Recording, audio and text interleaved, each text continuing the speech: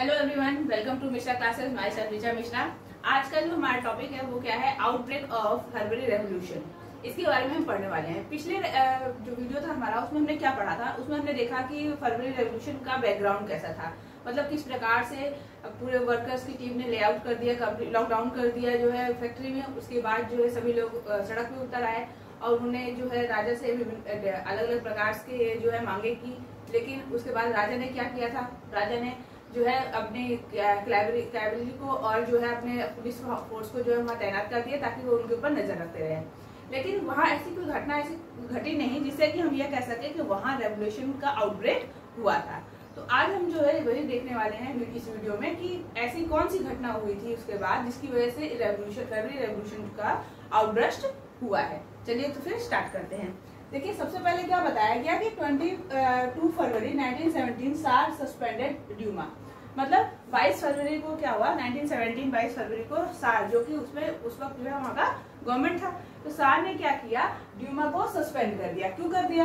क्योंकि मैंने पिछले वीडियो में भी आपको पढ़ाया था कि सार जो है वो क्या चाहता था, वो ड्यूमा को सस्पेंड करना चाहता था। और क्यों करना चाहता था? क्योंकि अब तो वो ड्यूमा के लोग उससे बहुत ही नाखुश थे, क्योंकि जब से फर्स्ट वर्ल्ड वॉर शुरू हुआ तब से सार जो है किसी भी प्रकार का कंसल्टेशन ड्यूमा के साथ कर नहीं रहा था। इसलिए ड्यूमा के लोग उससे नाखुश हो रहे थे, जो उसके पक्ष में थे वो उसके विपक्ष में हो चुके थे। इसलिए जो है वो सार जो है ड्यूमा को सस्पेंड करना चाहता था। और फाइनली उसने क्या किया, 22 फरवरी 1917 को 1917 को जो है उसने क्या किया, ड्यूमा को सस्पेंड कर दिया। अब इससे आगे क्या होता है कि पॉलिटिशियंस क्रिटिसाइज्ड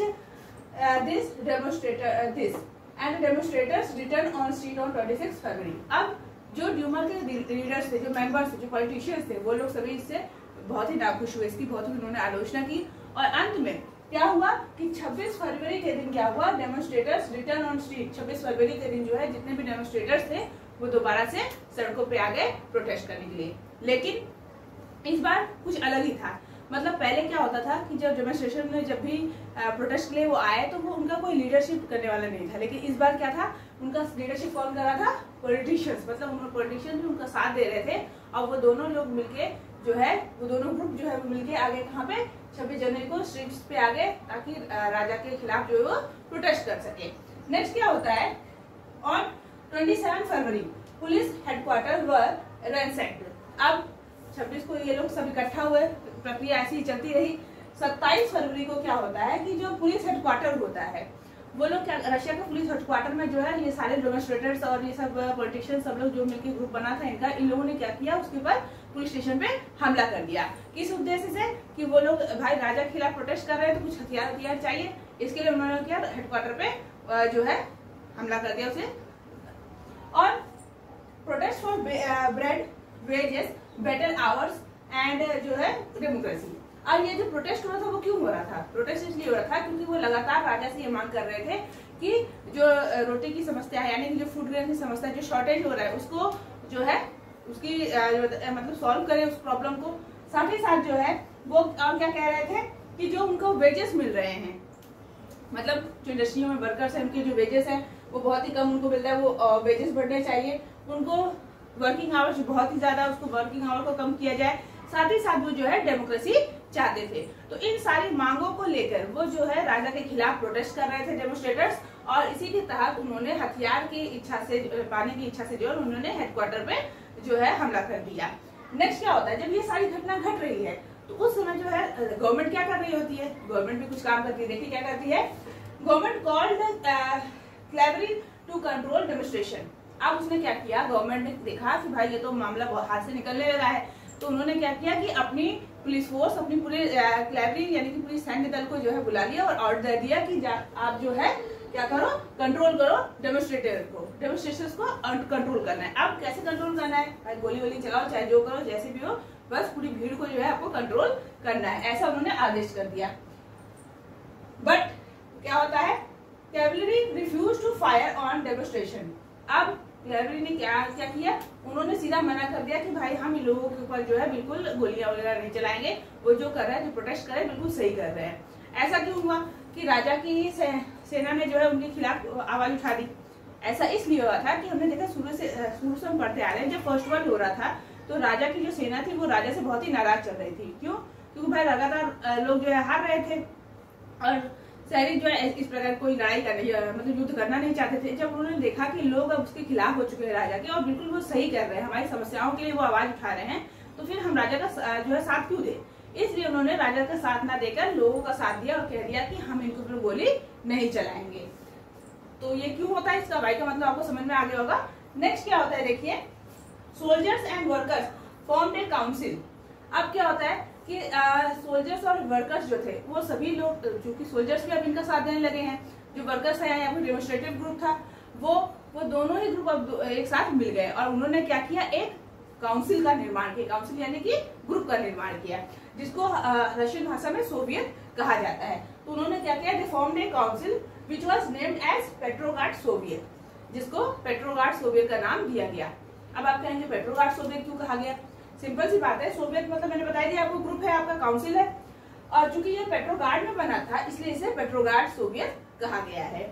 नेक्स्ट क्या होता है, ए डेलीगेशन वेंट टू सार।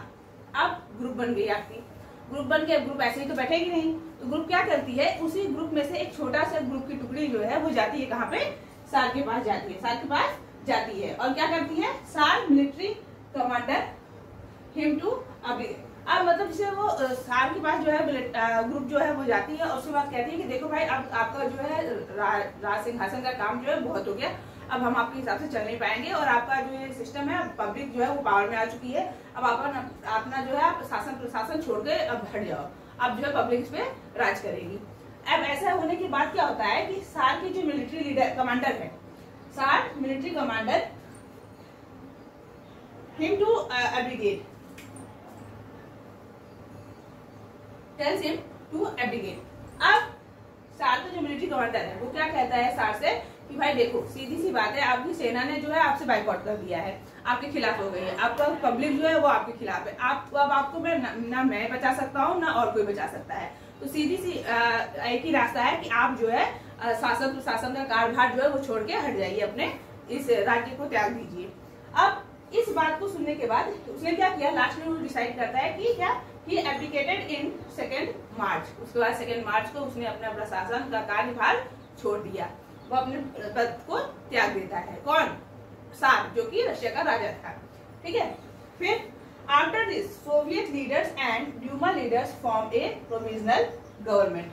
अब क्या होता है कि राजा ने भाई अपना कार्यभार छोड़ दिया, अपना जो है शासन प्रशासन का काम छोड़ दिया, अपने गद्दी त्याग दी, अब उन्हें देश को चलाने के लिए कोई व्यवस्था चाहिए, तो उन्होंने क्या किया, जो भी आपके सोवियत लीडर्स थे और जो आपके ड्यूमा के लीडर्स थे उन्होंने मिलकर एक गवर्नमेंट का, एक प्रोविजनल गवर्नमेंट का निर्माण किया। अब ये प्रोविजनल ये हुआ कि भाई अब जो है सरकार को चलाने का मतलब गवर्नमेंट को चलाने का काम, लोगों को प्रशासन व्यवस्था को चलाने का काम कौन करेगा, प्रोविजनल गवर्नमेंट करेगी, ठीक है। और उसके बाद constitution assembly was made on the basis of universal adult suffrage.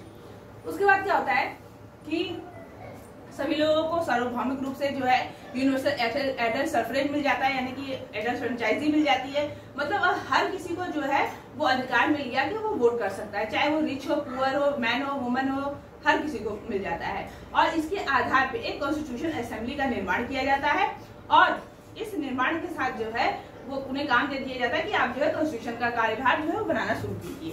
अब इन सारी चीजों के बाद क्या होता है कि ये जो आपका कॉन्स्टिट्यूशन का निर्माण हो गया, उसके बाद जो है फाइनली जो रशिया है उसे क्या मिल जाता है, मोनार्ची से छुटकारा मिल जाता है। लेकिन फिर आप कहेंगे कि मोनार्ची से छुटकारा मिल गया तो फिर अक्टूबर रेवोल्यूशन की क्यों जरूरत पड़ी है।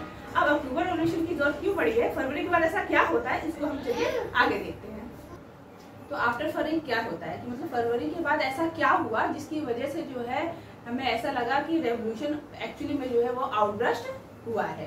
तो चलिए देखते हैं क्या होता है कि मतलब रेवोल्यूशन होने के बाद जो है आगे क्या होता है, ठीक है। जो आउटबर्स्ट हमारा फरवरी में हो चुका, उसके बाद सब कुछ नॉर्मल हो चुका था कि भाई मोनार्ची जो है वो ठीक हो गया है, उसके बाद जो है आपको आगे कुछ और नहीं करना है, सब कुछ नॉर्मल है, तो फिर अक्टूबर रेवोल्यूशन को क्यों लाया गया, इन सारी चीजों को होने के लिए जो फरवरी के बाद जो घटनाएं घटी है हम उसको देखेंगे, ठीक है। तो हमारा टॉपिक क्या है इसमें अगला, आफ्टर फरवरी रेवोल्यूशन, फरवरी रेवोल्यूशन के बाद क्या हुआ। तो क्या होता है देखिए कि प्रोविजनल गवर्नमेंट जो है वो फॉर्म कर चुकी है, ठीक है, मतलब कि सब कुछ ठीक ठाक चल रहा है। प्रोविजनल गवर्नमेंट जो है इन लोगों के द्वारा, किसके द्वारा, अभी मैंने आपको पढ़ाया भी सोवियत और जो है जो आपके सोवियत के जो बना था ग्रुप, उन लोगों ने क्या किया, मतलब पेट्रोग्राड सोवियत ने क्या किया, प्रोविजनल गवर्नमेंट बना दी क्योंकि नॉर्मल कंडीशन से अब गवर्नमेंट का कार्यभार जो है वो चलना चाहिए। तो इस जो प्रोविजनल जो गवर्नमेंट बना है इसमें कौन कौन शामिल थे? It was dominated by army officers, land owners and industrialist. मतलब उसके बाद liberals and socialist were also work towards the elected government. यहाँ क्या बताया गया कि इसके अंदर कौन कौन सम्मिलित थे? जैसे आर्मी ऑफिसर्स थे, लैंड ओनर्स थे, इंडस्ट्रीज थे। मतलब कुल मिला के जो अपर जो कास्ट थे, मतलब अपर जो क्राइटेरिया था ग्रुप का, वही जो है इसमें शामिल थे। और इसके अलावा जो लिबरल्स और सोशलिस्ट थे वो लोग भी इस इलेक्टेड गवर्नमेंट के कार्य की मदद करते थे, उसके कार्यभार को आगे बढ़ाने में। क्यों? क्योंकि भाई ये भी चाहते थे कि चेंज आना चाहिए, और चेंज आ चुका था कि मोनार्ची जा चुकी थी, नई गवर्नमेंट आ चुकी थी, इसलिए ये भी इसके साथ जो है वर्क करते थे।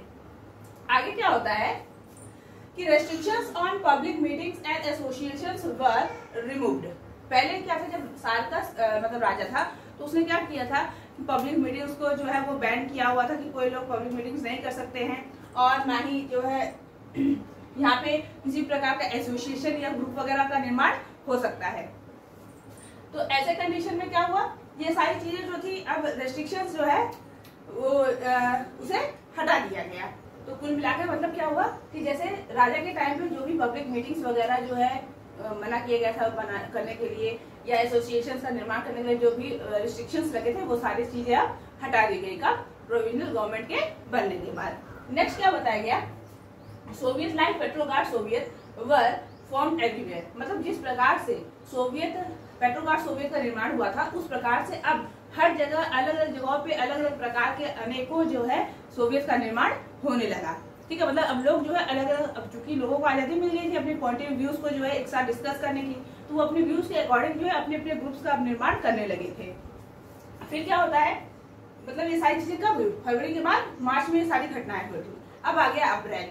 तो in April 1917 the Bolshevik leader Vladimir Lenin return from exile. अप्रैल में क्या होता है कि जब राजा थे, तो राजा के समय में जो बोल्शेविक मेंशेविक वगैरह का ग्रुप बना था, मैंने आपको बताया ही था। उसी के एक लीडर थे जिनका नाम था व्लादिमीर लेनिन। उन्होंने क्या, राजा ने क्या किया था कि मतलब बहुत ही ज्यादा राजा के खिलाफ प्रोटेस्ट कर रहे थे ये लोग। तो राजा ने क्या किया कि इसे व्लादिमीर को ऊपर जो है आदेश मतलब दे दिया गया था एक लाइब्रेरी से कि भाई अगर कहीं पे भी व्लादिमीर अगर मिलता है तो उसे तुरंत ही गिरफ्तार कर लिया जाए, उसे तुरंत सजा दी जाएगी। तो ऐसे कंडीशन में क्या किया, व्लादिमीर जो है बचने के लिए अब देश को छोड़ के जो है बाहर जाकर दूसरे देशों में भागता फिर रहा था, अपने आप को बचता बचाता फिर रहा था। लेकिन जैसे ही ये चीजें मतलब मोनार्ची सिस्टम खत्म हुई, वैसे क्या होता है कि व्लादिमीर जो है वो अप्रैल में वापस अपने देश लौट आता है। ठीक है, उसके बाद क्या होता है, he believed that it was time for Soviet to take power। अब उसका क्या मानना था कि अब ये समय आ चुका है कि सोवियत को पावर में आ जाना चाहिए। क्यों आ जाना चाहिए? क्योंकि मैंने बताया आपको कि जब प्रोविजनल गवर्नमेंट जो थी उसमें कौन डोमिनेटेड थे, और अपर क्राइटेरिया के लोग थे सारे, और गरीब जो थे वो फिर वंचित हो गए थे। तो और ये जो बोल्शेविक का जो ग्रुप था, बोल्शेविक का ग्रुप कैसा था, वो लोअर स्ट्रेटा का ग्रुप था जिसमें लोअर सेक्शन के लोग थे, और इसके लीडर व्लादिमीर। इनके आने के बाद इन्होंने क्या कहा कि अब जो भाई ठीक है, प्रोविजनल गवर्नमेंट आपके जो ग्रुप्स थे उन्होंने मिलकर जो है मोनार्ची को हटाने में मदद की, ठीक है, लेकिन अब जो है जो सोवियत है, जो आपका सोवियत है, उसे जो है जो अलग अलग पावर्स जो जनरेट हो चुके थे ग्रुप में सोसाइटी में, उन्हें अब मौका मिलना चाहिए कि वो अपने हिसाब से आप जो है गवर्नमेंट को चलाएंगे, और उन्हें सारा पावर उनके हाथ में मिलना चाहिए।